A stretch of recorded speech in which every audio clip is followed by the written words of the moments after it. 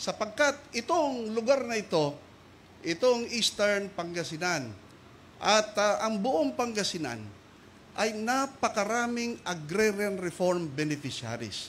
Halos lahat ng magsasaka rito, halos lahat ng membro ng Irrigators Association ay agrarian reform beneficiaries. Kaya naisip po ng ama ng ating mahal na Pangulo na mabigyan ng irigasyon, sapat na irigasyon ang ating magsasaka rito. Kanya't nagawa ito noon, itong tinatawag na LARIS, Lower Agno River Irrigation System. Ang ginagawa po noon natin, taon-taon, gumagawa tayo ng brush dam para itong tubig ng Agno River ay pumasok dito sa intake at magpunta doon sa mga irrigation canals natin. Ang irrigation canals pa noon, dahil hindi naman ganong kalakihan ng pondo, ay earth irrigation system. Hindi pa sementado, kaya't hindi masyadong nakakalayo ang tubig. Ito hong project na ito ngayon, nagsama-sama kami ng ating mahal na administrador ng NIA at mga tiga-NIA. Sa utos ng ating Pangulo, ang sabi niya, gawan ninyo ng paraan upang mabigyan natin ng irigasyon ang ating magsasaka.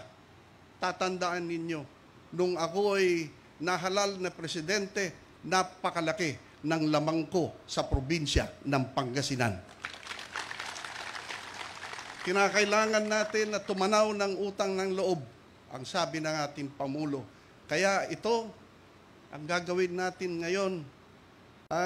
Eto na ho, nagtulong-tulong kami at naitaon naman na merong pondo na tinatawag na National Irrigation Administration Comprehensive Agrarian Reform Program Funds. Ito ay nagbibigay at nagme-maintain ng mga existing irrigation systems sa buong Pilipinas. At ako'y nagpapasalamat sa ating kaibigan na si Administrator Guillen na tiga Ilocos, kapareho nating Ilocano, at pinayagan niya yung initial budget na 250 million ay nagamit natin, nagbigay sila sa NIA. At ganon din po, yung natitira, ang ating Pangulo po, ang head ng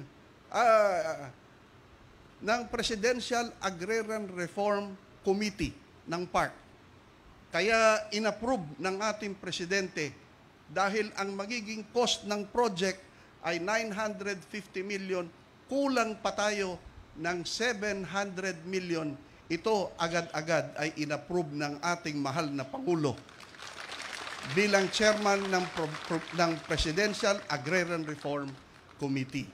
Kaya malaking bagay itong magagawa nitong dam na ito sapagkat naalala ko noon nung congressman pa ko ng distrito, taon-taon, yan sila Mr. Lilagan, kadagiti panglakayan tayo, Daapo Pentecostes, Daapo Rabang.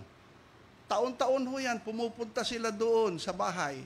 Maaga pa lang, nagkakapin na sila doon, hihingi ng pang-bulldozer para nang sa ganon may divert yung tubig ng Agno River papasok sa intake.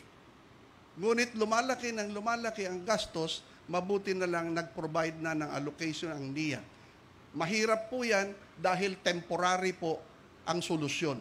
Ang gusto po ng ating mahal na Pangulo, ang mga problema, lalong-lalo na ang problema ng mga magsasaka, ang nagbibigay sa atin ng pagkain sa bawat tahanan na masolusyonan ang inyong mga problema. Hindi temporary o pansamantalang solusyon. Ang gusto ng ating mahal na Pangulo ay ang solusyon na hanggat sa mga sumusunod na henerasyon ay mapapakinabangan ng ating mga magsasaka.